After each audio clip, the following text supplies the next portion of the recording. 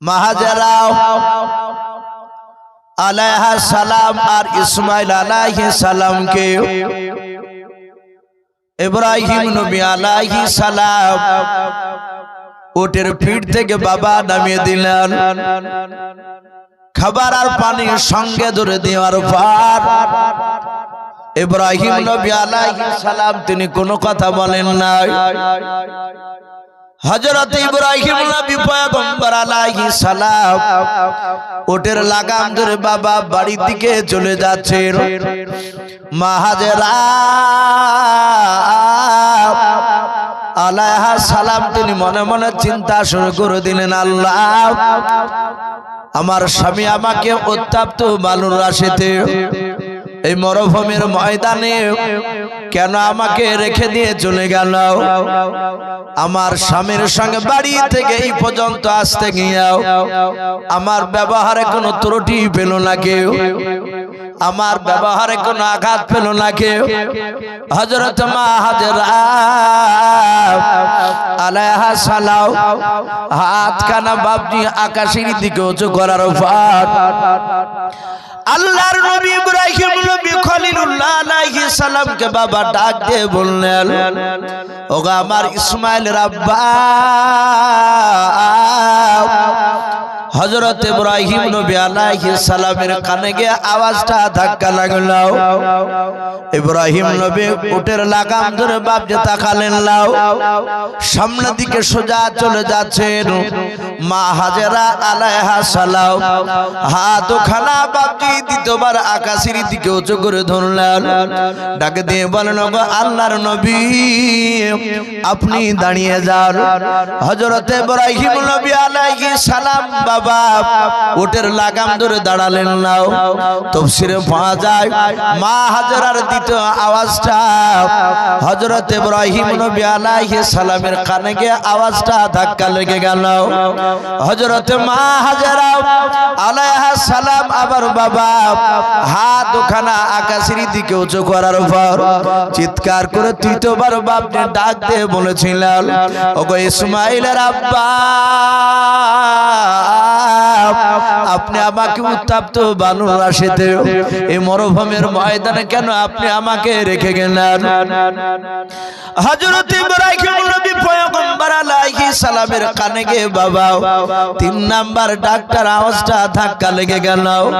ইব্রাহিম নবী পয়গম্বর আলাইহিস সালাম উটের লাগামটা ধরে বাবা আর সামনের দিকে গেলেন, লাও পেছন দিকে ঘুরে তাকালেন। মা হাজেরা আলাইহিস সালাম তিনি ডাকে দিয়ে বলেন, ওগো আল্লাহর নবীজি আপনি আমাকে উত্তপ্ত বালুর রাশিতে আমাকে রেখে দিয়ে কেন চলে যাচ্ছেন?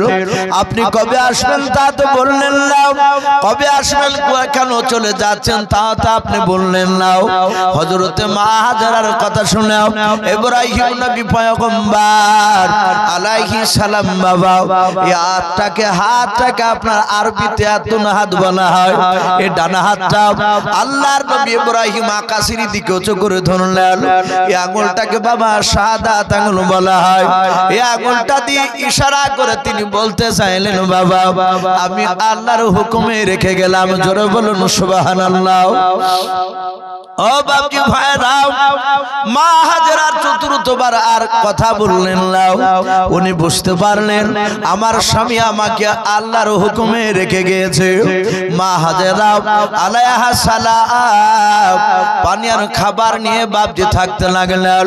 হযরত ইব্রাহিম নবী আলাইহিস সালাম তিনি বাড়িতে মা হাজেরা আলাইহিস সালামের কয়েকদিনকার খাবার আর পানি ভরে গেল। হযরত ইসমাইল আলাইহিস সালাম পানি আর বাবা খেজুর খাই নাই। মা হাজেরার স্তনের বাপ যে দুধ খেয়ে বাপ যে থাকে, হঠাৎ করে নাই কেতাবে বাপজি পাওয়া যায় 3 দিন ধরে মা হাজেরার পেটে আপনার পানি আর খাবার যায় নাই, খাবার পানি নাই, পড়ে গিয়েছে।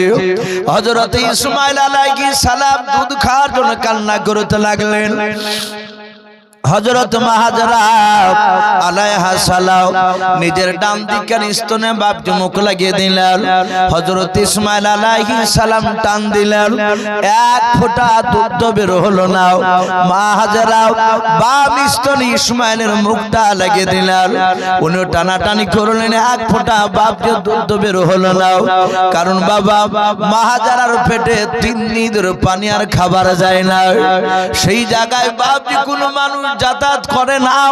হযরত ইসমাইল আলাইহিস সালাম মার মুখের দিকে চেয়ে কাঁদেন আর বলেন, মা তুমি আমাকে পানি দাও। ওগো মা আমি আর থাকতে পারি না, পানি দাও। মা হাজেরা চামড়ার মশকটা নিংড়ে দেখে বলেন, বাবা এই চামড়ার মশকে এক ফোঁটা পানি নাই রে বাবা, আমি পানি কোথায় পাবো? হযরত মা হাজেরা আলাইহা সালাম নিজের বাবা জিভটা নিজের ছেলের বাপটি মুখে দিয়ে দিলেন। আমার ছেলে পিপাসিত অবস্থায় গলাটা শুকে গেছে, আমার মা হাজেরা আলাইহা সালাম জিভটা বের করে দিলেন। আমার ইসমাইল বাপ নিয়ে চষলেন, বাবা এক ফোঁটা বাপ থতো নাই, লালা নাই, শুকে গিয়েছে। মা হাজেরা ছেলের চেহারার দিকে চেয়ে দেখেন ছেলেকে বাঁচানো সম্ভব হবে না, আমার ছেলে মনে হয় মারা যাবে। আল্লাহর নবী হযরতে ইসমাইল আলাইহিস সালাম উনি পানি পানি করে কান্না শুরু করে দিলেন। বাবা মা হাজেরা আলাইহা সালাম নিজের কলিজার টুকরা ছেলেকে বাবা উত্তপ্ত বালুর রাশিতে রেখে দিও। মা হাজেরা চামড়ার মশকটা হাতে করে নিয়ে বাবা চারিদিকে খুঁজতে বেরিয়ে পড়লেন। আমার মা হাজেরা আলাইহা সালাম ডাক দিয়ে বলেন, ওগো আমার কলিজার টুকরা বেটা, শুনে না আমার চামড়ার মশকে পানি নাই রে বাবা, আমার কাছে যে চামড়ার মশক আছে তাতে পানি নাই। দেখি বাবা তুই বস, গোটা এলাকায় এই ময়দানে মরুভূমির ময়দানে কোথাও পানি পাওয়া যায় কিনা আমি দেখে। মা হাজেরা ইসমাইলকে রেখে দিয়ে বাবা মা হাজেরা চামড়ার মশক নিয়ে বাপজি দৌড়াতে লাগলেন। অনেকটা দূর চারিদিকে বাপজি ছোটাছুটি করলেন, কোথাও বাপজি এক ফোঁটা পানি দেখতে পেলেন না। ও বাপজি ভাইরাও, কোরআন শরীফে পাওয়া যায় মা হাজেরা অনেক দূর থেকে বাবা একটা পাহাড় দেখতে পেলেন। ওই পাহাড়টা নাম কোরআনে বাপজি পাওয়া যায় মারওয়া। হযরত মা হাজেরা ওই পাহাড়ের দিকে লক্ষ্য করে দেখেন বাবা পাহাড় মারওয়া পাহাড় থেকে মনে হচ্ছে না পানির ঝর্ণা বাপজি বয়ে এসেছে। মা হাজেরা আলাইহা সালাম ওই চামড়ার মশকখানা নিয়ে বাবা বুক ভরা আশা নিয়ে মা হাজেরা দৌড়ে চলে গেলেন পাহাড়ের চূড়ায়। মারওয়া পাহাড়ের কাছে গিয়ে দেখেন বাবা যেই জায়গা দিয়ে পানি ঝরতে ছিল ওই জায়গায় কাছে গিয়ে দেখে বাবা পানি নাই। ওই জায়গাগুলো বাবা মরিচিকা, রৌদ্রের তাপে বাবা পাহাড়ের মরিচিকা দূর থেকে মনে হয় যেন পানি ঝরতেছে। ও বাপজি ভাইরাও, ওই মারওয়া পাহাড় থেকে আবার চারিদিকে দেখতে লাগলেন কোথাও পানি পাওয়া যায় কিনা। মারওয়া পাহাড় থেকে আবার আর একটা পাহাড় নজরে পড়লো মা হাজেরা। তফসিরে পাওয়া যায় ওই পাহাড়টার নাম কোরআনেও পাওয়া যায় রে বাবা, ওই পাহাড়টার নাম হচ্ছে সফা। মা হাজেরা দূর থেকে মারওয়া পাহাড় থেকে দেখলেন, মনে হলো ওই পাহাড় থেকে বাবা পানি ঝর্ণা বয়ে এসেছে। মা হাজেরা চামড়ার মশকা হাতে করে নিয়ে বাবা ওই সফা পাহাড়ের কাছে দৌড়ে গেলেন। ও পাহাড়ে গিয়ে দেখেন বাবা মারওয়ার মতো বাপজিকে ঘটলো, ওখানে বাপজি পানি নাই, পাহাড়ের মরিচিকা গুলো দূর থেকে রৌদ্রে বাবা পানি মনে হচ্ছিল। ও বাপজি ভাইরাও, আপনারা দেখবেন আপনাদের যে গোয়াস থেকে বাবা এই যে গোধন পাড়া যে বাপজি আপনার রোডটা, এই রোডে বাবা আঁকা বাঁকা যদি না হয় 2 কিলোমিটার যদি রাস্তা সোজা হয়, ও বাপজি ভাইরাও চৈত্র মাসের সময় দুপুর 12টার দিকে আপনি ওই রাস্তার দিকে একটু তাকাবেন, পিছে রাস্তা যদি আঁকাবাঁকা না হয়, 2 কিলোমিটার রাস্তা যদি আপনার সোজা হয়, দূর থেকে তাকে দেখবেন বাবা ওই পিচের রাস্তার উপরে পানি টলমল করে, মনে হয় না? যত কাছে যাবেন দেখবেন পানি নাই, ওই পাথরগুলো রৌদ্রের সাথে মনে হবে বাবা পানি টলমল করে, কিন্তু আদৌ পানি নাই। মা হাজিরাও ওই মারওয়া থেকে সফা, সফা থেকে মারওয়া, আল্লাহর নবী জনাবে মুহাম্মদ রাসূলুল্লাহ সাল্লাল্লাহু তাআলা আলাইহি ওয়াসাল্লাম বলেন, আমার মা হাজিরাও ওই পাহাড় দুটো বাবা 7 বার দৌড় দিয়ে দিয়েছিলেন। আল্লাহর নবীর কলিজার টুকরা বিবি হযরত মা আয়েশা সিদ্দিকা রাদিয়াল্লাহু তাআলা আনহার ব্যাপারে বলা হয়েছে, মা আয়েশা আল্লাহর নবীকে একদিন প্রশ্ন করলেন, গো আল্লাহর নবী যে আপনি বলুন গোটা পৃথিবীর মানুষ হজ করতে আসে মক্কায়, ওই সফা আর মারওয়া ওই 2 পাহাড় 7 বার দৌড়াদৌড়ি দেয়, কবার দেয়? শুনতে পান না? 7 বার দৌড়ে। মাইশা ডাক দিয়া বলে, নবী গো ওই পাহাড় দুটো কোনো মানুষ যদি ইচ্ছাকৃত যদি 6 বার যদি দৌড় দেয়, ওগো আল্লাহর নবী যে বলুন তার হজ হবে কিনা? আল্লাহর নবী বলেন, আয়েশা ওই পাহাড় দুটো আমার মা হাজেরা 7 বার দৌড় নিয়েছিল, আয়েশা আমার মা হাজেরা ওই পাহাড় দুটো 7 বার দৌড় না দিয়ে 50 বার যদি দৌড় দিত আমার আয়েশা, আমার হাজেরা, ওরে আমার আয়েশা আজও সারা পৃথিবীর মানুষকে 50 বার দৌড় দেওয়া লাগতো। ওরে আমার আয়েশা শুনে নাও, কোন মানুষ ইচ্ছাকৃত যদি 6 বার দৌড় দেয়, 5 বার দৌড় দেয়, আল্লাহর নবী বলেন তার হজ পরিপূর্ণ মোকাম্মেল হবে না। ও বাপজি ভাইরাও, আল্লাহর নবী জনাবে মুহাম্মদ রাসূলুল্লাহ সাল্লাল্লাহু তাআলা আলাইহি ওয়াসাল্লামকে বাপজি জানিয়ে দেওয়া হয়েছিল, আমার মা হাজেরা 6 বার নয় 7 বার বাপজি দৌড়াদৌড়ি করে বাবা আর পানি কোথাও পেলেন না। পাহাড় থেকে বাবা যখন নেমে আসেন আল্লাহকে ডেকে বলেন, আল্লাহ আমার মনে হয় আমার কলিজার টুকরা সন্তান ইসমাইলকে আর বাঁচানো যাবে না। আগে মাওলা আমার চোখের সামনে আমার কলিজার টুকরা ছেলে পানি পানি করে দুনিয়ার বুক থেকে বিদায় নিয়ে চলে যাবে, আমি তার মা সহ্য করতে পারবো না। ও বাপজি ভাইরাও, পৃথিবীতে বাবা সন্তানের কাছে বাবা মা বাপের মতো বাপজি ভালোবাসাও, নিঃস্বার্থের ভালোবাসাও পৃথিবীর মধ্যে বাবা জন্মদাতা বাপ আর জন্ম দক্ষিণে মা ছাড়া কেউ হতে পারবে না, পারবে? আল্লাহর নবী জনাবে মুহাম্মদ রাসূলুল্লাহ সাল্লাল্লাহু তাআলা আলাইহি ওয়াসাল্লাম নবী বলেন, আমার মা হাজেরাও 7 বার দৌড়াদৌড়ি করে যখন পানি পেল না আল্লাহর কাছে কাঁদেন, আল্লাহ আমার ছেলে ইসমাইলকে আর বাঁচানো যাবে না। ও বাপজি ভাইরাও, এই দিকের বাবা হযরত বাপজি জিবরিল আলাইহিস সালামকে আল্লাহ ডাক দিয়ে বলেন, জিবরিল আর তোমাকে আসমানে থাকা লাগবে না। জিবরিল বলেন, আল্লাহ আমি কোথায় যাব? বলে জমিনে চলে যাও। বলে আল্লাহ আমি জমিনে কেন যাব? আল্লাহ বলেন, ওরে আমার জিবরিল ফেরেশতা শুনে নাও, আমি ইব্রাহিম নবী আলাইহিস সালামকে তার বেবি হযরত মা হাজরা আলাইহিস সালামকে আর কলিজার টুকরা সন্তান ইসমাইল আলাইহিস সালামকে আমি ওদের 3 জনের ইমতিহান নিয়েছি রে জিবরিল, যা আমি তাদেরকে ইমতিহানে পরীক্ষা আমি উত্তীর্ণ করে দিয়েছে, পাস করে দিয়েছে। আমি 3 জনকে পানির ব্যবস্থা করে দেই নাই, আমি হাজেরাকে পানির ব্যবস্থা করে দেই নাই। ও বাপজি ভাইরা বলেন, আল্লাহ ইচ্ছা করলে পাহাড় থেকে কি পানি বের করতে পারতেন না? পারতেন না? আল্লাহ ইচ্ছা করলে পারতেন। আল্লাহ বলেন, জিবরিল যা যাও, আমি তাকে পানির ব্যবস্থা করে দিই না। আমার ইসমাইল আলাইহিস সালাম পানি পানি করে কান্না করেছে। ওরে আমার জিবরিল আমি তোমাকে এক নাই দুই নাই তোমাকে 600 খানা ডানা দিয়েছে বলুন সুবহানাল্লাহ। আল্লাহর নবী বলেন জিবরিল আলাইহিস সালাম তিনি এত বড় ফেরেশতা বাবা, এত বড় ফেরেশতা। আব্দুল্লাহ বিন মাসউদ রাদিয়াল্লাহু তাআলা আনহু, হযরত আব্বাস রাদিয়াল্লাহু তাআলা আনহু আল্লাহর নবীকে বলেন নবী গো এখানে অনেকগুলো সাহাবা রয়েছে আমরাও। ও নবী বলুন জিবরিল কত বড় ফেরেশতা।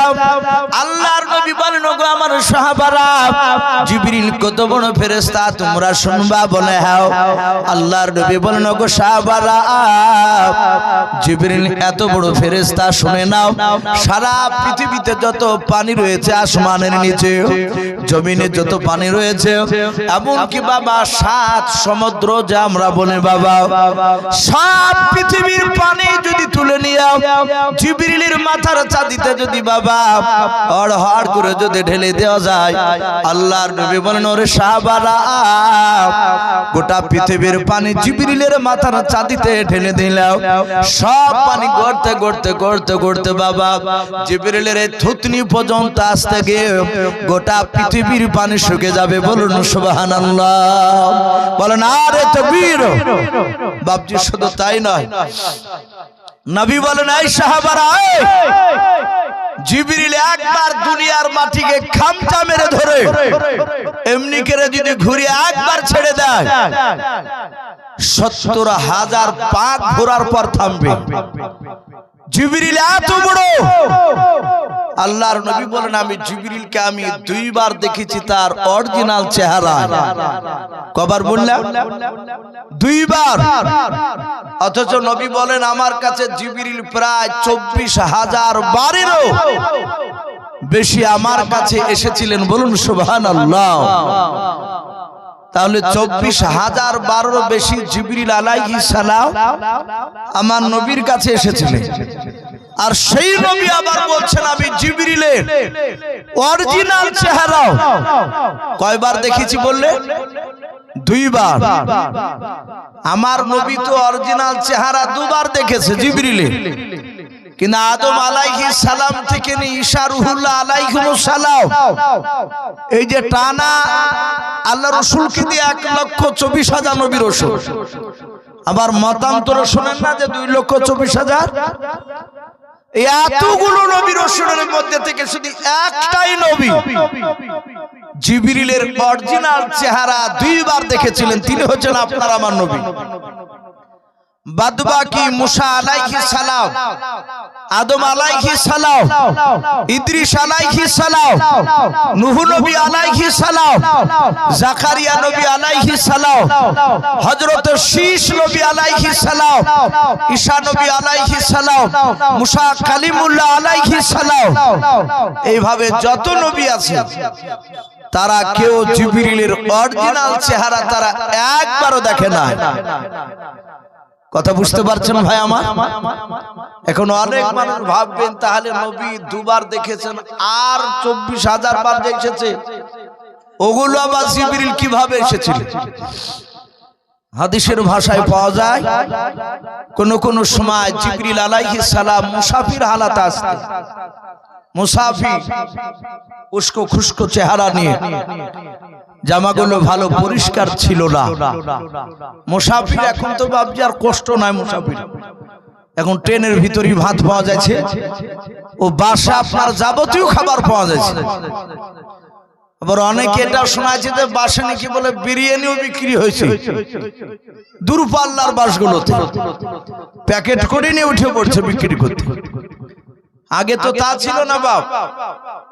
100 বছর আগে 200 বছর আগে মানুষ সফর করতে গেলে, ভ্রমণ করতে গেলে খাওয়া দাওয়া গা ধোয়া এসবগুলো বাপজি ঠিকঠাক করে হতো না। আল্লাহ রাসূল বলেছেন মুসাফির সফর একটা জাহান্নামের টুকরা। এটা আগে ছিল, এখন আর হচ্ছে না বাবা। এখন বাড়ি থেকে ভিআইপি গাড়ি ভাড়া করে চলে যেতে, চল টাকা দিলে আপনি যেখান খুশি সেখানে যেতে পারবেন। তো জিবরিলের ব্যাপারে হাদিসে পাওয়া যায় কোন কোন সময় মুসাফির হালাতে এসেছে। সাহাবারা বলে আমরা মসজিদে নববীতে বসেছিলাম, নবী আসলেন, নবী বসেছিলেন, দেখলাম একটা উস্কো খুস্কো অবস্থায় একটা লোক আসলো। লোকটা মুসাফির, লোকটা আমাদের মদিনার নয়, কোথাও লোকটাকে দেখিনি, মনে হচ্ছে লোকটা বাহিরকে। আল্লাহ রাসূলের কাছে এসে সালাম দিলেন, আসসালামু আলাইকা ইয়া রাসূলুল্লাহ। নবী সালামের উত্তর দিলেন। ওই মুসাফির লোকটা বললেন, হুজুর আপনার কাছে আসতে পারি? নবী বললেন, এসো ভাই। সাহাবারা বলছেন আমরা কেউ চিনতে পারলাম না। নবী নামাজের কায়দায় বসেছিলেন, যেভাবে নামাজ আমরা পড়ি ওইভাবে নবী বসেছিলেন। ওই মুসাফির লোকটা ঠিক নবীর সামনে এসে ওই নামাজের কায়দায় বসে পড়ল। যিনি মুসাফির তিনি তো চিনেন ইনি কে, তা আল্লাহ রাসূলের হাঁটুতে হাত দিলে, পায়ে হাত দেওয়ার পরে নবীকে বললেন, ওগো নবী আপনাকে কিছু কথা জিজ্ঞাসা করব। নবী বললেন, বলুন।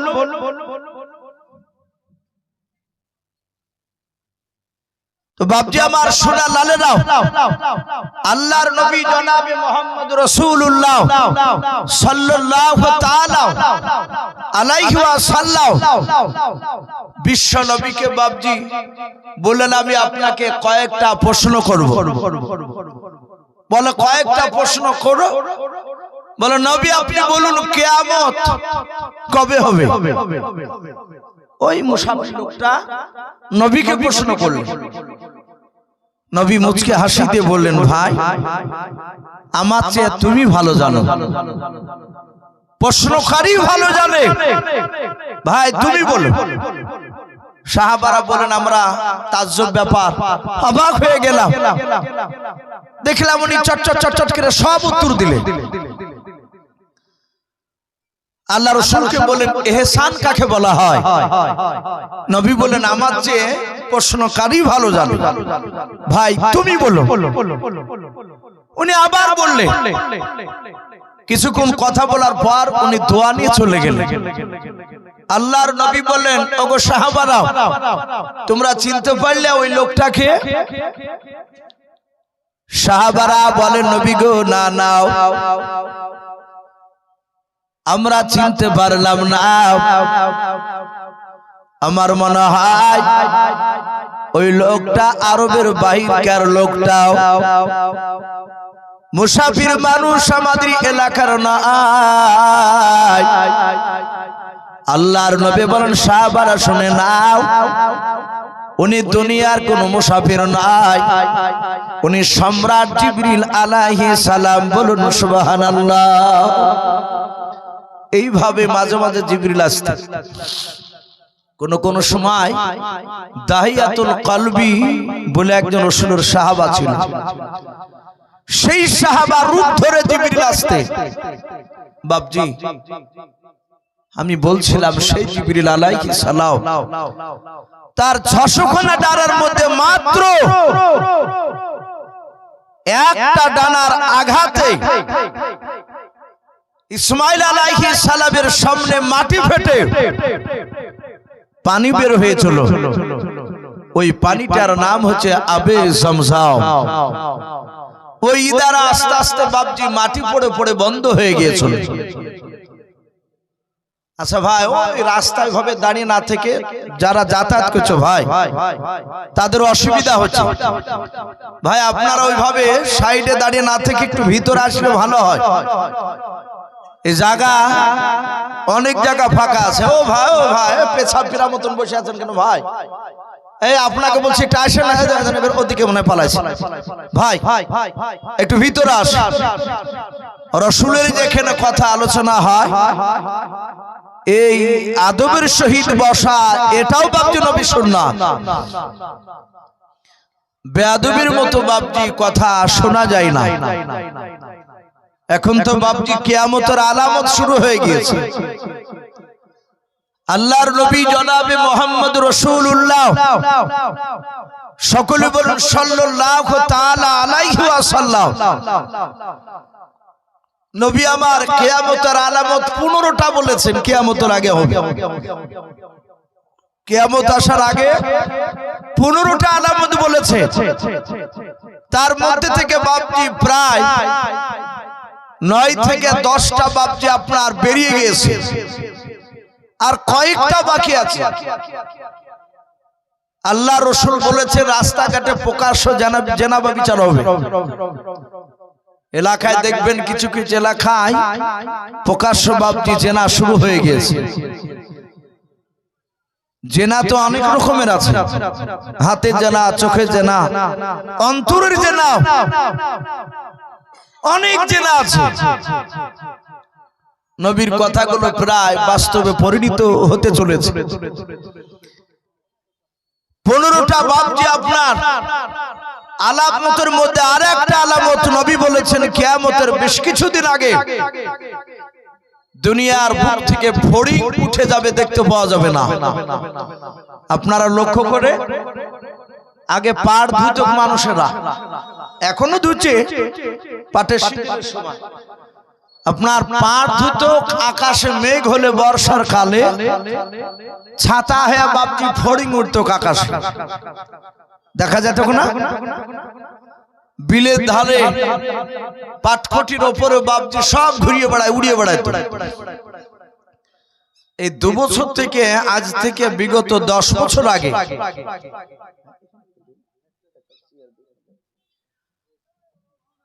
তো বিগত বাপজি 10 বছর আগে যেভাবে ফড়িং দেখতে পেয়েছিলেন বাপ, একটা লক্ষ্য করে বলেন তিনি 2 বছর থেকে এরকম দেখা যাচ্ছে? দুটি একটা ভাই একটু দুরূদ পড়ে আল্লাহুম্মা সাল্লি আলা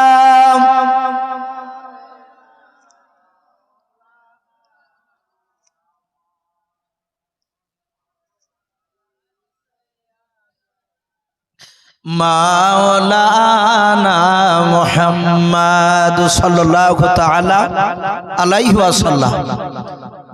এখন খুব ওই বর্ষার সময়তে 2-1টা দেখা যায়। আল্লাহর নবী জনাব মুহাম্মদ রাসূলুল্লাহ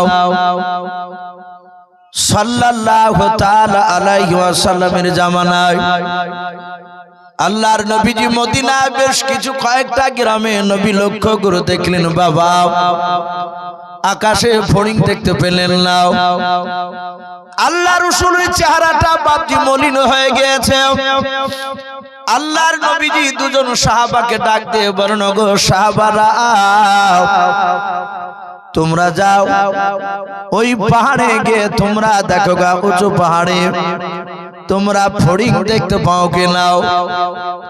সাহাবারা দৌড়ে চলে গেলে নবীর মনটা কেন খারাপ। সাহাবারা বাপজি 2 জন যাওয়ার পর ওই পাহাড়ের চূড়া থেকে বাপজি ফড়িং দেখতে শুরু করে দিলেন।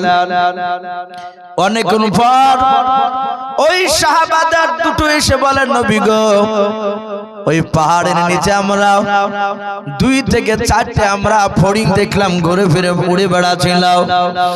আল্লাহর নবী বলেন আলহামদুলিল্লাহ, ওগো ভাই আমার ভয়টা দূর হয়ে গেল, বলুন সুবহানাল্লাহ। বলো হুজুর বুঝতে পারলাম না। আল্লাহর নবী বলেন সাহাবা আমি ফড়িং দেখতে না পেয়ে আমার ভয় হয়ে গিয়েছিল, কারণ সামনে এটা মুহররম মাস, এটা চলছে, সামনে 10ই মুহররম। জিবরিল বলেছেন মুহররম মাসের 10 তারিখে কিয়ামত হবে। কথা ঠিক না বেঠিক বলুন? শুনেন না? কিয়ামত হবে আরবিতে মুহররম মাস, তারিখ হবে 10, বার হবে শুক্রবার। কিন্তু আমি নবীজি বলছেন আমি জিবরিলের মুখে শুনেছি কিয়ামতের আগে ফড়িং দেখতে পাওয়া যাবে না। বাপজি ওই 15টা আলেমদের মধ্যে আল্লাহ রাসূল মসজিদে নববীতে সাহাবাদের সামনে আলোচনা করছিলেন।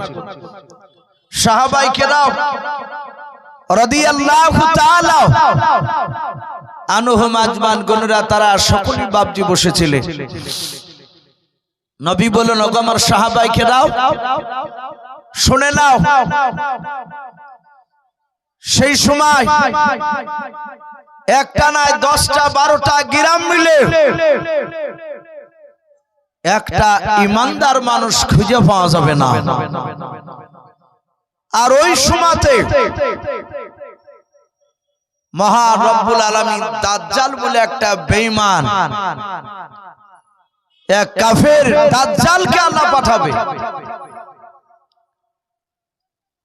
সাহাবায়ে কেরামরা বললেন, ওগো নবী, দাজ্জাল দেখতে কেমন? নবী বললেন, দাজ্জালের তার একটা চোখ হবে কানা, আর একটা চোখ সে দেখতে পাবে। যে চোখটা দেখতে পাবে সেই চোখের মনিটা তার উপর দিকটা ফাটা আঙ্গুরের মতো দেখতে হবে। তার উপরকার কিছু মাসেরাটা একটু আঙ্গুরের মধ্যে ছেঁড়া বেড়া ফাটা থাকবে, সেই চোখটা দেশে দেখতে পাবে। সে খুব হাইটে বড় হবে না, ছোট হবে। আল্লাহর নবী জনাবে মুহাম্মদ রাসূলুল্লাহ সাল্লাল্লাহু তাআলা আলাইহি ওয়াসাল্লাম নবী দাজ্জালের বর্ণনা যখন শুরু করলেন, উপস্থিত অনেক সাহাবা ছিলেন। কিছু সাহাবা বললেন, ওগো আল্লাহর নবী, আমরা কি দাজ্জালকে দেখতে পাবো না? নবী বললেন, না, তোমরা কেউ দাজ্জালকে এখন দেখতে পাবে না। প্রতিটা নবী রাসূল তারা দাজ্জালের ভয় দেখিয়েছে তার উম্মতদেরকে। আদম নবী বলেছেন, সাবধান, দাজ্জাল আসবে। মুসা নবী বলেছেন তার উম্মতকে, সাবধান, দাজ্জাল বেরিয়ে আসবে। নূহ নবী পয়গম্বর আলাইহিস সালাম এভাবে সব নবীরা তারা বলেছে দাজ্জাল বেরিয়ে আসবে। কিন্তু কেউ বলে না যে তাদের উম্মতের মধ্যে থেকে হবে। আপনার আমার নবী বলেছেন দাজ্জাল বেরিয়ে আসবে আমার উম্মতের মধ্যে থেকে, এই উম্মতে মুহাম্মদের মধ্যে থেকে। বাবজি, এই দাজ্জালের ব্যাপারে বুখারী শরীফে বাবজি পাওয়া যায়, এই দাজ্জালের ব্যাপারে ওমর ফারুক রাদিয়াল্লাহু তাআলা আনহু তখন ঈমান এনেছিলেন। নবী জীবদ্দশায়, নবী বেঁচে ছিলেন সে সময়।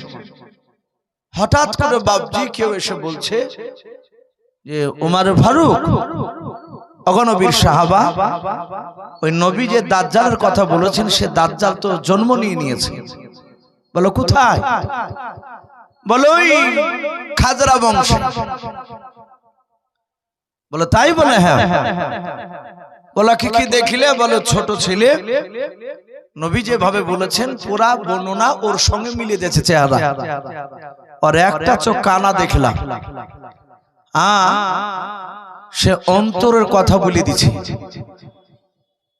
জিবরিল আলাইহিস সালাম নয়, উমর ফারুক এক সাহাবার মুখ থেকে শুনে তিনি চলে গেলেন ওই বাচ্চাটাকে দেখতে। উমর তার কাছে গিয়ে ঘুরে ঘুরে দেখলে। ঘুরিয়ে দেখার পরে উমর বললেন, ভাই এ তো ঠিক, এ তো নবীর সাথে তো মিলে যাচ্ছে। নবী যেভাবে বলেছে সেইভাবেই তো মিলে যাচ্ছে চেহারা। ওমর ফারুক সোজা নবীর দরবারে আসে। আল্লাহর নবীকে বলেন, ওগো নবী, আপনি যে দাজ্জালের বর্ণনা করেছেন সেই দাজ্জাল তো বেরিয়ে এসেছে। বলে কোথায়? বলে অমুক বাগানে আছে, চলো। নবী গো, ওই দাজ্জাল ছেলেটা 5 থেকে 6 বছর বয়স। সে কি অন্তরের কথা সে বাপকে আপনার ও বলে দিচ্ছে। বাপজি আমার সোনা লালেরাও, আমি বলছিলাম বাপজি, আমি ওয়াজ করতে করতে একটু চেঞ্জ করে ফেলেছি। আমাকে কাগজ লিখে পাঠিয়েছে ভাই যে হুজুর আপনি একটু দাজ্জালের কথাটা বলুন। কিছু মনে করবেন না, আমি নবীজির কথা আলোচনা করছিলাম গোড়া থেকে। তো যাই হোক, আমি বলছিলাম সঙ্গে সঙ্গে বাপজি ওমর রসুলকে নিয়ে গেলেন। আল্লাহ রসুল পেছন দিক থেকে এভাবে চোখ দুটো ধরলেন সেই বাচ্চা ছেলেটা, ওই যে যাকে দাজ্জাল বলছে, চোখ দুটো এইভাবে ধরলেন। ধরার পরে আল্লাহ রসুল বলেন, হ্যাঁ আমি কে বলো তো? বাচ্চা ছেলেটা বলল, তুমি মোহাম্মদ বিন আব্দুল্লাহ, তুমি আব্দুল্লাহর ছেলে মোহাম্মদ সাল্লাল্লাহু আলাইহি ওয়াসাল্লাম। যাহাতে বাপ যে এই কথাটা বলেছে,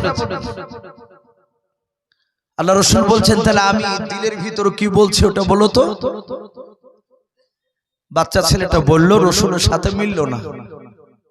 নবী বললেন, ওমর, গায়েবের খবর একমাত্র আল্লাহ জানে। এই বাচ্চা ছেলেটা গায়েবের খবর বলতে পারবে না।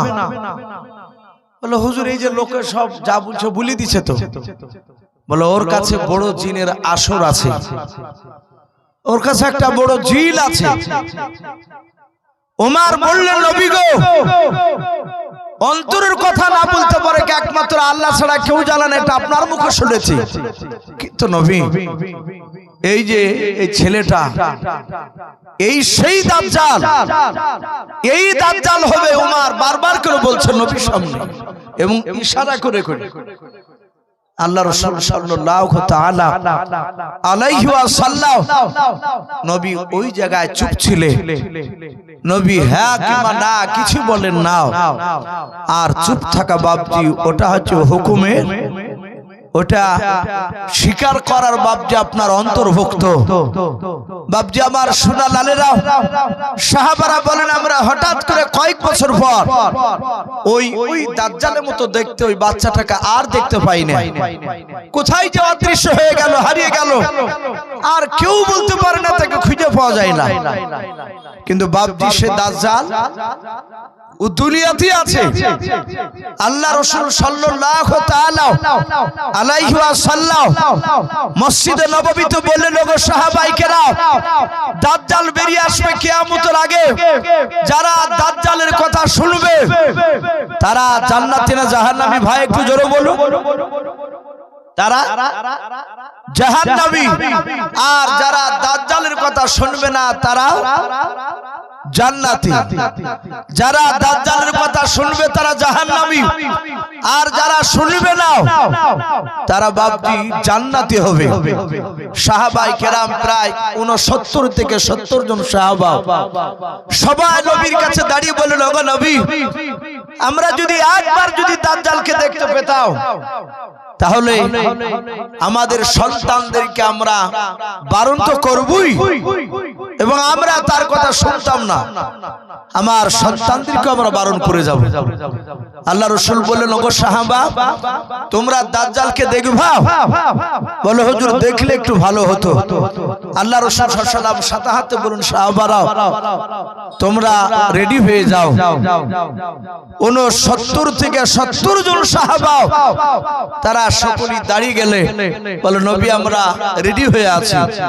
আল্লাহর নবী বলেন, ওগো সাহাবা, ওই দেখো সাগরে নৌকা আছে, পালতোলা নৌকা, ওই নৌকায় চেপে তোমরা সোজা তোমরা পশ্চিম দিকে যাবা, উত্তর দিকে যাবা না। আচ্ছা বলে, পালতোলা নৌকা বাপজি আপনারা কেউ চেপেছেন পালতোলা নৌকা? আপনারা দেখেছেন? আমরা দেখেছি অনেকে স্কুলের বই। এখন তো আর বাপজি সে নৌকা এখন আর আমাদের এইসব এলাকায় চলে না। আমরা স্কুলের বই পড়েছি পালতোলা নৌকা বাতাসের সাহায্যে চলে, উপরে কাপড় ঝোলানো থাকে। সাহাবায়ে কেরাম রাদিয়াল্লাহু তাআলা আনহুম আজমাইন ওরা পালতোলা নৌকায় বাপজি চাপলে বাতাস বইতে শুরু করলো। বাবা উত্তর দিকে। নবী কোন দিকে যেতে বারণ করেছিলেন? বাপ একটু কথা বলো। উত্তর দিকে যেতে বারণ করেছিলেন, যে তোমরা পশ্চিম দিকে যেও, উত্তর দিকে যেও না, তোমরা কলমার দাঁত দিতে যাও। বাতাস বইতে শুরু করলো উত্তর দিকে, নৌকা বাপ উত্তর দিকে চলতে শুরু করলো। যেহেতু বাতাস ওদিকে, সাহাবায়ে কেরাম কিছু সাহাবা বলছেন ভাই এই তো রাসূল বারণ করেছে উত্তর দিকে যেতে, পশ্চিম দিকে যেতে বলেছে, এই নৌকাতে উত্তর দিকে যায়। সাহাবারা কিছু সাহাবা বলেন ভাই আমরা ইচ্ছাকৃত তো যাচ্ছি না, এই নৌকা বাতাসে নিয়ে যাচ্ছে, তা আমরা কি করব? নৌকা বাতাসের সাহায্যে উঠতে উঠতে গিয়ে বাতাসে নিয়ে গিয়ে সোজা নৌকাটা বাপজিকে এক দ্বীপের কিনারায় গিয়ে লেগে গেল। আপনারা শিক্ষিত সমাজের মানুষ, দ্বীপ কাকে বলে আশা করি সকলেই আপনারা জানেন। দ্বীপের কিনারায় গিয়ে বাপজি নৌকাটা লেগে গেল। সাহাবারা বলেন আমরা দেখলাম ওই দ্বীপের ভিতরে অনেক জঙ্গল, বাঘ ভালুক সিংহ সব দ্বীপের ভিতরে ঘোরাফেরা করছে। সাহাবারা বলেন আমরা নামবো কি নামবো না, এসব আলোচনা শুরু করেছে। কিছু সাহাবা বলছে ভাই চল নামি, আবার কিছু সাহাবা বলছে ভাই ওই দেখ বাঘ ভালুক সিংহ ঘোরাফেরা করছে, আমরা নামলি ধরে খেয়ে নেব। আবার কিছু সাহাবা বলছে ভাই আমরা নবীর সাহাবা, আমাদেরকে খাবে না, এটা চল না। সাহাবারা বলেন আমরা নামবো কে নামবো না, আলোচনা শুরু করেছি। হঠাৎ করে দেখলাম একটা জানোয়ার বেরিয়ে আসলো, তার হাত দুখানা বাপজি বাদরের মতো, তার দেখলাম গলাটা উটের মতো লম্বা, গোটা জানোয়ারটার পা থেকে মাথা পর্যন্ত গোটা একেবারে বাপজি আপনার বড় বড় মা বোনদের যেমন মাথায় লম্বা লম্বা চুল, ওই রকম চুলে বাপজি গোটা শরীরখানা ঢাকা। সাহাবারা বলেন আমরা কেউ বুঝতে পারলাম না তার মুখটা কোন দিকে, তার সিনা যাচ্ছে না। এক শ্রেণীর বাউল দেখেন বা তারা মুসলমান দাবি করে, হাতে 8টা 10টা বালা, গলায় মোটা মোটা কাঠির মালা, এবং তারা গেজা খায়, হুইকে টানে। তাদের মুখের লোমগুলো গেজা খেয়ে খেয়ে বাপজি হলুদ হয়ে যায়, তাদের মুখ এমনি করে লাগিয়ে থাকলে খুঁজে পাওয়া মুশকিল হয়ে যায়। সাহাবারা বলেন আমরা জানোয়ারটার কোনটা মুখ আমরা বুঝতে পারছিলাম না। হঠাৎ করে দেখলাম জানোয়ারটা হাত দুখানা এইভাবে উঁচু করে বলে নবীর সাহাবারা তোমরা নৌকা থেকে নেমে সোজা দ্বীপের ভিতর চলে যাও। দ্বীপের ভিতরে গিয়ে দেখবা একটা ঘর দেখতে পাবা, তার ভিতরে ঘর, তার ভিতরে ঘর, তার ভিতর একটা মানুষ ভরা আছে, তার সাথে কথা বলে এসো। সাহাবায়ে কেরাম রাদিয়াল্লাহু তাআলা আনহুম আজমাইন গণদের মধ্যে থেকে বাবা একজন বিশিষ্ট সাহাবা আনাস বিন মালিক রাদিয়াল্লাহু তাআলা আনহু সব সাহাবার সামনে গিয়ে বাবা জানোয়ারটার একেবারে কাছাকাছি চলে গেলেন। প্রায় নৌকা থেকে বাবা 2.5 থেকে 3 হাত দূরে বাবা জানোয়ারটা দাঁড়িয়ে ছিল। ওই জানোয়ারটা সাহাবায়ে কেরামদের কাছে বাপজি ডাক দিয়ে বলেছিল ভাই তোমরা নৌকা থেকে নেমে সোজা দ্বীপের ভেতরে তোমরা চলে যাও। আনাস বিন মালিক রাদিয়াল্লাহু তাআলা আনহু বাবা ডাক দিয়ে বলেছিল গো ভাই জানোয়ার, ওরে জঙ্গলে জানোয়ার আমরা তোকে চিনতে পারি না, এই জানোয়ার বল আমরা নৌকা থেকে সোজা নেমে যদি দ্বীপের ভিতর আমরা চলে যাই ওই যে বাঘ ভাল্লুক সিংহ দেখতে পাওয়া যায় ওরা কি আমাদেরকে খাবে না? আল্লাহর নবী জনাবে মুহাম্মদ রাসূলুল্লাহ সাল্লাল্লাহু তাআলা আলাইহি ওয়াসাল্লাম নবী বলেন বাবা ওই জানোয়ারটা ডাকতে বলেছিল গো নবীর সাহাবারা তোমরা প্রকৃতি যদি নবীজির সাহাবা হও, তোমরা জন্ম নবীজির যদি দিবানা হয়ে যাও, তোমাদেরকে তো খাওয়া তো দূরের কথা, তোমাদের একটা পশম পর্যন্ত স্পর্শ করবে না, বলুন সুবহানাল্লাহ। ও বাপজি ভাইরাও, মুসলিম শরীফের বাবা হাসিয়াতে পাওয়া যায় আল্লাহর নবী জনাবে মুহাম্মদ রাসূলুল্লাহ সাল্লাল্লাহু তাআলা আলাইহি ওয়াসাল্লাম ওই দাজ্জালের ব্যাপার বাপজি বলেছেন বাবা। ওই দাজ্জালের কথা শুনে নাই বাবা, ওই জঙ্গলের জানোয়ারটার বাবা কথা শুনে সাহাবা আনাস বিন মালিক রাদিয়াল্লাহু তাআলা আনহু ডাক দিয়ে বলেছিল, ভাই চল, ওই জঙ্গলের জানোয়ারটা বলেছে আমাদেরকে নাকি জঙ্গলের বাঘ ভাল্লুক সিংহ দেখাবে না। আমরা যেহেতু নবীজির দিবানা, নবীজির আমরা পাগল পারা সাহাবা, জানোয়ারটা যখন খাবে না বলেছে আমাদের কার খাবে না, তাড়াতাড়ি জল নামিয়ে চল। সাহাবারা বলেন আমরাও সোজা নৌকা থেকে নেমে সোজা দ্বীপের বাবা ভিতরে চলে গেলাম।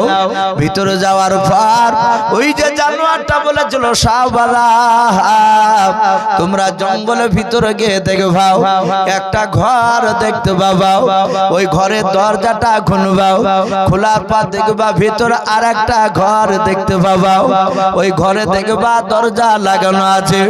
ওগো সাহাবারা ওই ঘরের দরজাটা খুলবা, খোলার পর দেখবা তোমরাও ওই ঘরের ভিতরে একটা মানুষ ভরা আছে, ওই মানুষটার সাথে তোমরা দেখা করে আসবাও। সাহাবা আনাস বিন মালিক রাদিয়াল্লাহু তাআলা আনহু বলেন আমরা সব সাহাবারা চলে গেলাম।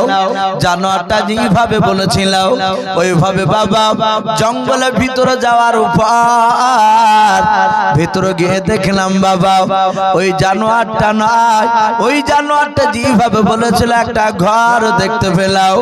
ওই ঘরের দরজা শিকলটা খুললাম, খোলার পর ভিতরে দেখলাম আর একটা ঘর রয়েছে। ওই ঘরের দরজার শিকলটা খুললাম, তারপর দেখলাম আর একটা ঘর। ওই ঘরের দরজার শিকলটা খুললাম, খোলার পর দেখলাম একটা মানুষ বাবা হাত দুখানা গলার সাথে জিঞ্জিরি দিয়ে বাপজি বাঁধা আছে। সাহাবারা বলেন দেখলাম ওই মানুষটার পা দুখানা লোহার জিঞ্জিরি দিয়ে কাঠের সঙ্গে বাঁধা আছে।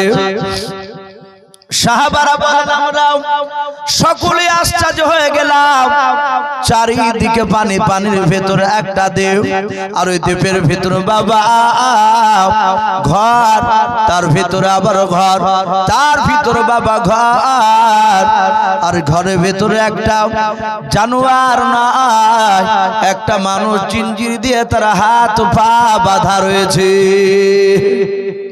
সাহাবারা বলে আমরা আশ্চর্য হয়ে গেলাম, এই মানুষটাকে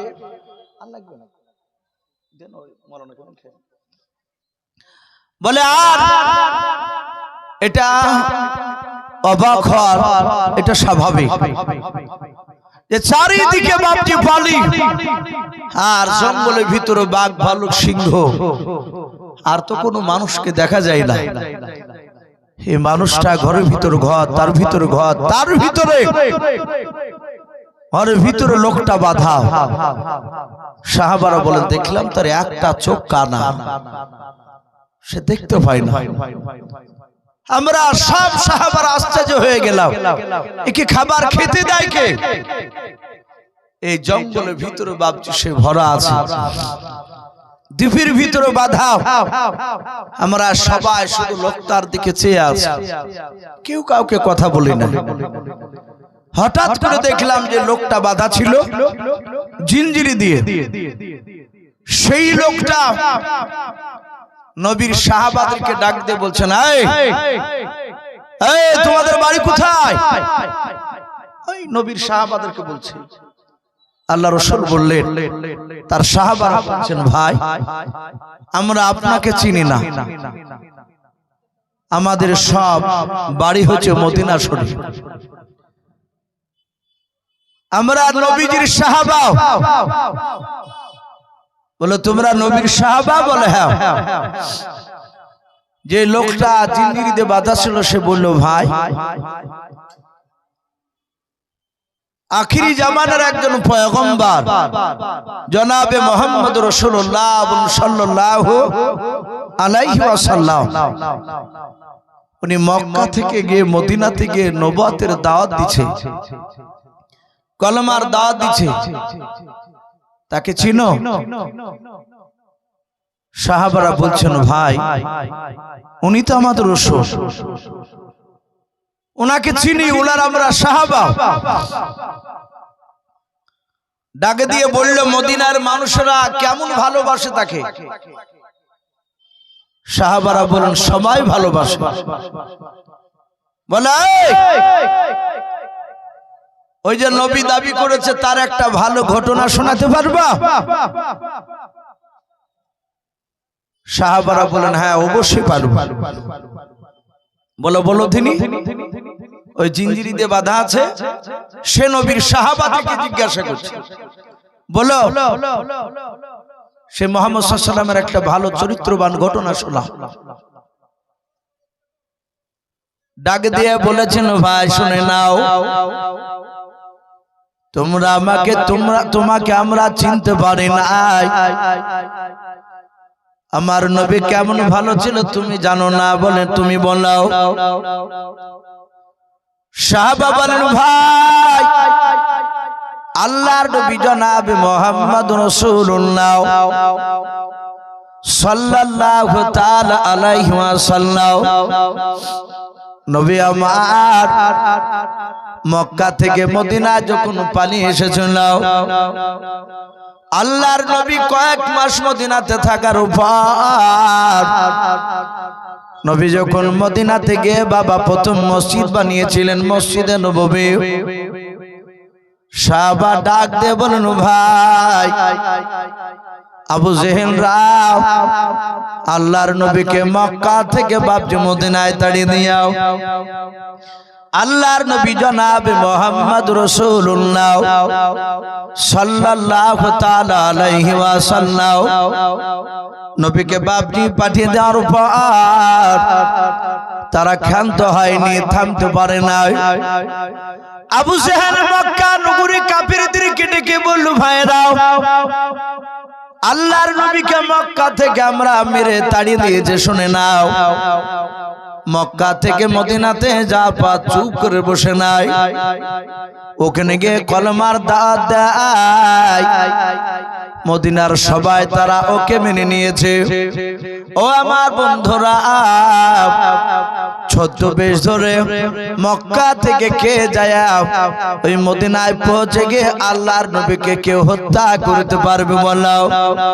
আল্লাহর নবী জনাবে মুহাম্মদ রাসূলুল্লাহ সাল্লাল্লাহু তাআলা আলাইহি ওয়াসাল্লামকে মারতে যাবে, ওই যে বাবা ঘরে দ্বীপের ভিতরে জিঞ্জিরি দিয়ে বাঁধা আছে, ওই লোকটা নবীর সাহাবাদেরকে বাপজি জানতে চাইল যে নবীর একটা চরিত্রবান ঘটনা তোমরা শোনাও।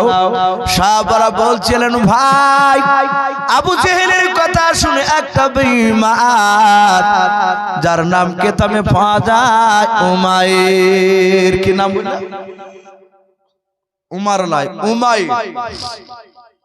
উমাইর বলে একটা বেঈমান আবু জেহেলের কাছে দাঁড়িয়ে বলেছিল ভাই আমি যেমন খুশি তেমনি সাজতে পারি, আমি যে উমাইর এমন ছদ্মবেশ ধরে যাব, মদিনায় পৌঁছে যাব, আব্দুল্লাহর ছেলে আমাকে চিনতে পারবে না।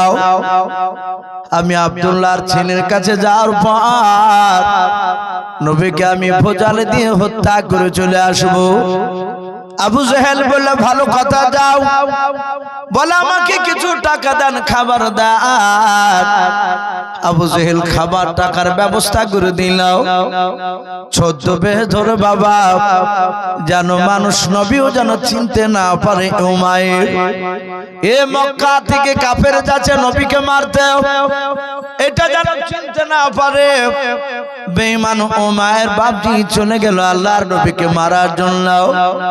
বিষাক্ত বাপজি ছোড়াখানা কোমরে নিয়ে আল্লাহ রাসূলের বাপজি যাবে নবীকে মারতে যাবে মক্কা থেকে বাবা কয়েকদিনকার রাস্তা পাড়ি দিয়ে মদিনায় পৌঁছে গেল মদিনায় পৌঁছানোর পর ওমর মনে মনে চিন্তা করেন আমি তো নবীকে কোথায় আছে জানি না নবীর ডেরা চিনি না যে কোনো কাউকে জিজ্ঞাসা করো না গেবে হঠাৎ করে দেখে বাবা একটা 4 থেকে 4.5 বছরের বাচ্চা ছিল রাস্তাতে খেলা করেছিল হঠাৎ করে বাবা ওমর কাছে গিয়ে বলেছিল বাবা তুমি কি জানো মক্কা থেকে একজন মুহাম্মদ বলুন সাল্লাল্লাহু তাআলা আলাইহি ওয়াসাল্লাম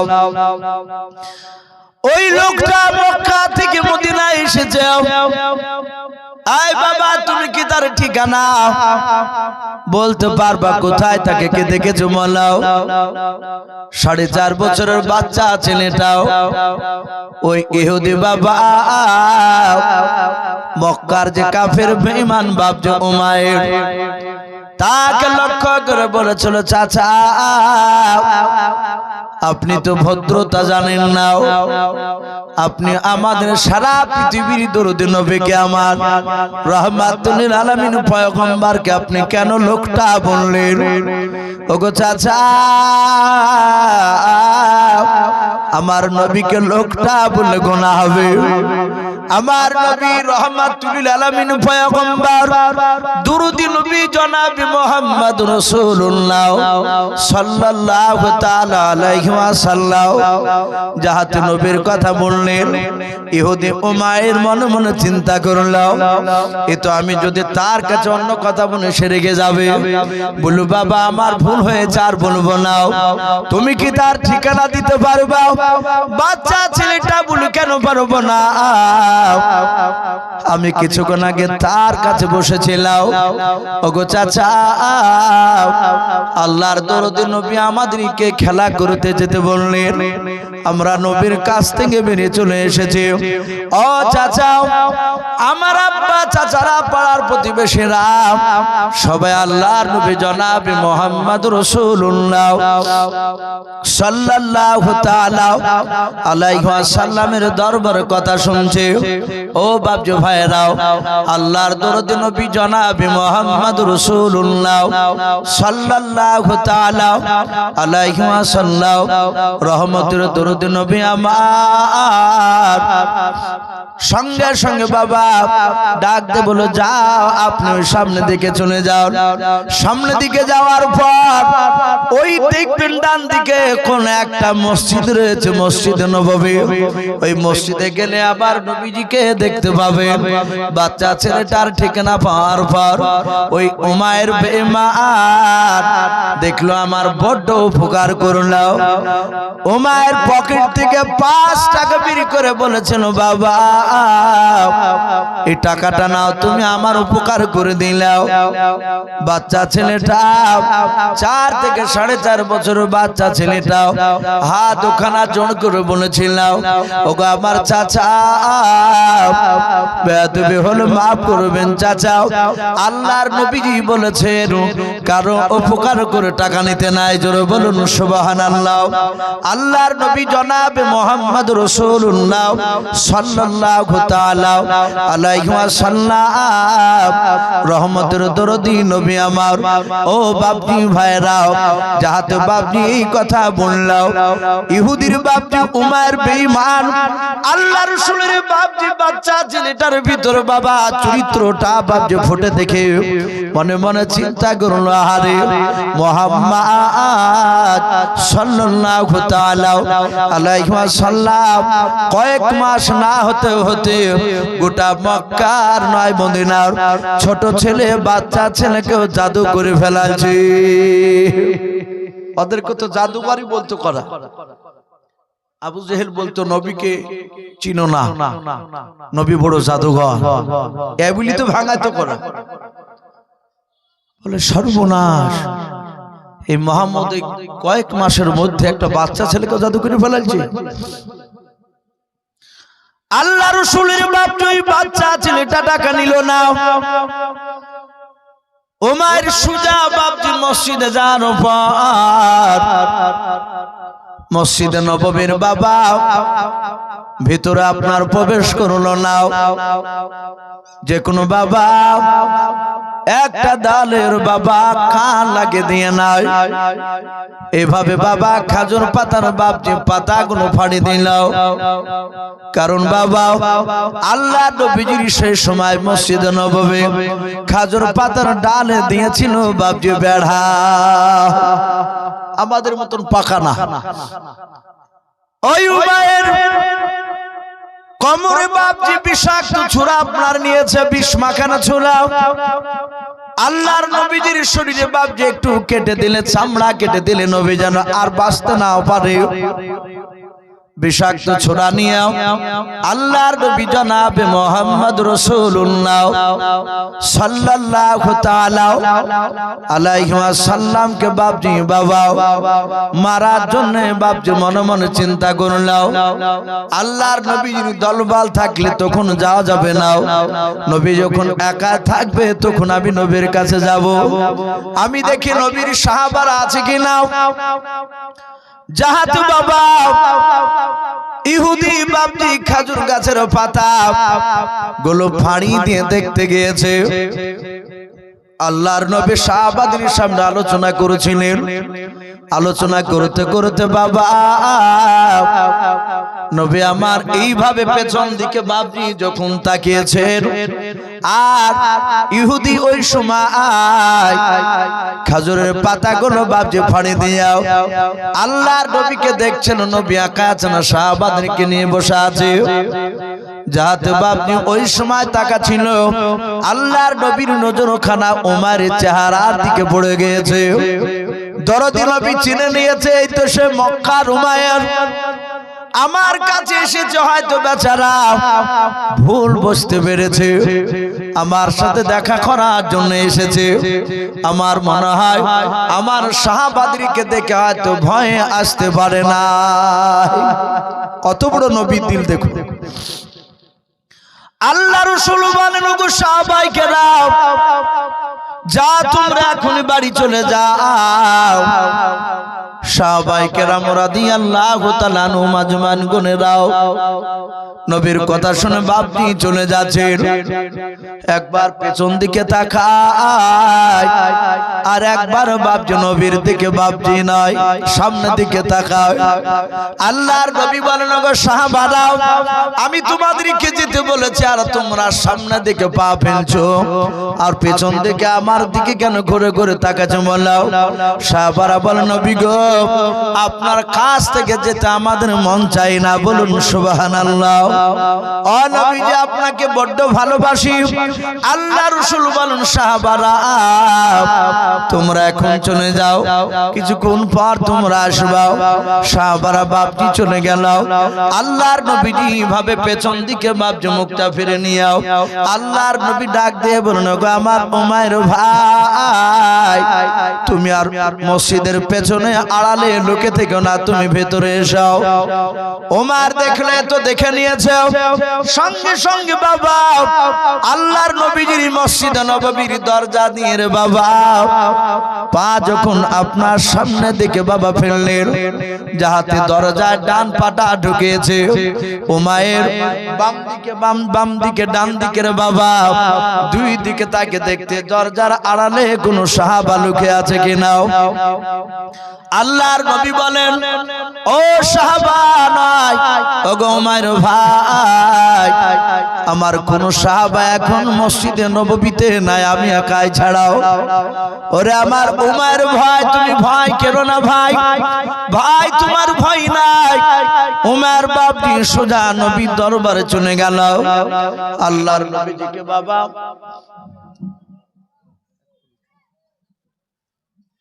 আমি বলছিলাম,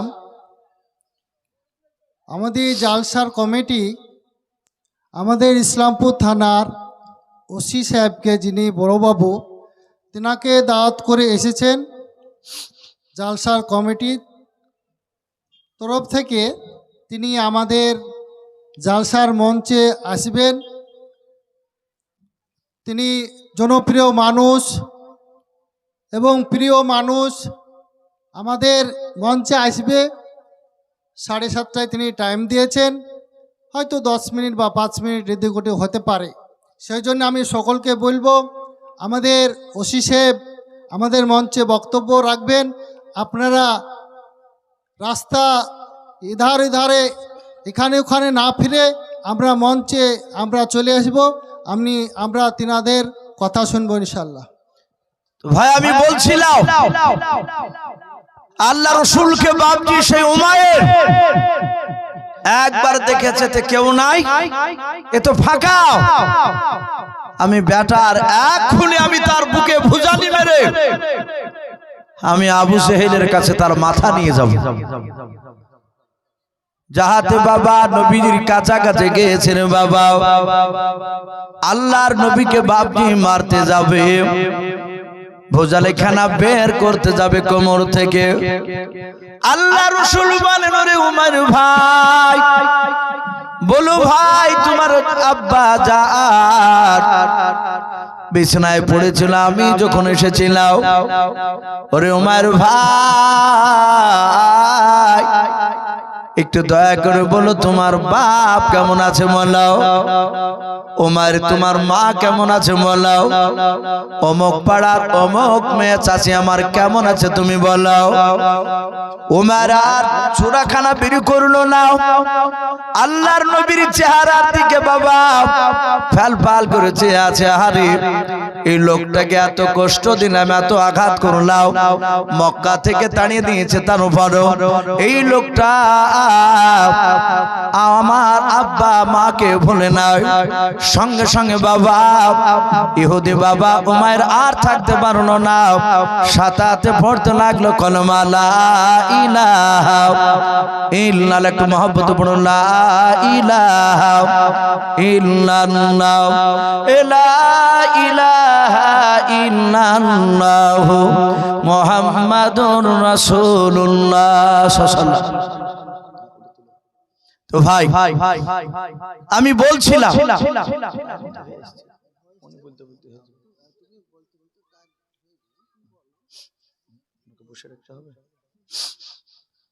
মাশাআল্লাহ ভাই আমরা এই রাস্তা ছেড়ে একটু নিচে নেমে আসি। আমাদের সম্মানীয় ওসি সাহেব উনি চলে এসেছে, ওনাকে ধন্যবাদ। আপনারা একটু নেমে আসুন ভাই, একটু নেমে আসুন, রাস্তায় মানুষের যাতায়াতের যেন অসুবিধা না হয়, আমরা সুবিধা করে দিই।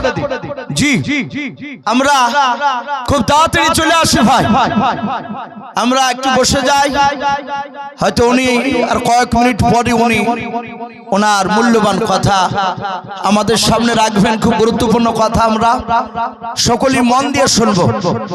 ভাই এই যুবক ভাই একটু বসে যাও, শোনা একটু বসে যাও, একটু বসে যাও। তো ভাই আমি বলছিলাম যে আল্লাহ রাসূলকে বাপজি মারতে গেল, আল্লাহর নবী বললেন ভাই তোমার আব্বা মা কেমন আছে। এ দেখে আর থাকতে পারলো না, বলে লোকটাকে গালি দিয়েছিলাম, লোকটাকে মেরেছিলাম, লোকটা এত ভালো, তার হাতে হাতে বাপজি ঈমান এনেছিল। বাপজি যাহাতে এই ঘটনা শোনালো, ওই যে লোকটা ওই সে বলতে বলতে রেখেছিলাম যে জিঞ্জিরি দিয়ে বাঁধা, সে লোকটা বলে তোমরা কেমন ভালোবাসো, বলে আমরা তাকে নিজে জানের চেয়েও ভালোবাসি। বলে তাই, বলে হ্যাঁ, বলে মক্কার মদিনার লোকেরা তাকে সত্য নবী বলে মানে, বলে হ্যাঁ সবাই মানে। জিঞ্জিরি দিয়ে যে বাঁধা ছিল সে লোকটা বলল আসলে তো সত্য নবী মানবে না কেন। বলি ডাক দিয়ে বলে তোমরা এখন এখান থেকে বেরিয়ে চলে যাও, চলে যাও এখান থেকে। সাহাবারা দেখলেন এখানে থাকলে বিপদ, কোথায় মদিনার কোথায় দ্বীপ, এখান থেকে লোকটা বলছে যে আল্লাহ রাসূলের চরিত্র ভালো আর সত্য নবী, তার কথা মানবেই না কেন। আমি চলে যাই, সাহাবারা চলে আসলে আমার বাপজি পালতোলা নৌকায় চাপলে, নামার পরে রাসূলের কাছে আসলে নবী বলেন ওগো সাহাবাইকে দাও, তোমরা পশ্চিম দিকে কলমার দাওয়াত নিয়ে গিয়েছিলে। সাহাবারা বলছেন হুজুর না, আমরা যেতে পারিনি, আমরা পশ্চিম থেকে উত্তর দিকে বাতাসে নৌকাটা নিয়ে চলে গিয়েছিল। আগে নবী নৌকা দিয়ে যাওয়ার পরে আমরা একটা মানুষের সাথে দেখা হয়েছে, একটা জানোয়ারের সাথে দেখা হয়েছে। যে জানোয়ারটার পা থেকে মাথা পর্যন্ত গোটা শরীরে বড় বড় পশমে ঢাকা, সেই ব্যক্তিকে আমরা চিনতে পারি না, তার নামটা কি? আল্লাহর নবী বলেন, ওগো সাহাবায়ে কেরাম শুনে নাও, এটা মুসলিম শরীফে বাপনি পাওয়া যায়। আল্লাহর নবী বলেন, ওগো সাহাবারা, যে জানোয়ারটার সঙ্গে তোমরা কথা বলেছো, ওই জানোয়ারটাকে এখন ঘুরে গেলে আর দেখতে পাবা নাও। শুনে নাও সাহাবারাও, কিয়ামতের আগে শুনে নাও, মারওয়া পাহাড়টা সেদিন চৌচির হয়ে যাবে, ফেটে যাবে। ওই পাহাড়ের ভেতর থেকে একটা জানোয়ার বেরিয়ে আসবে।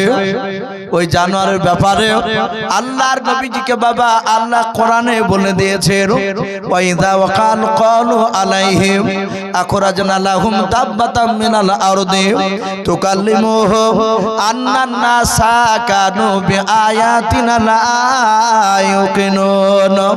আল্লাহর নবী বলেন, ওগো সাহাবারাও, ওই জানোয়ারটা কিয়ামতের আগে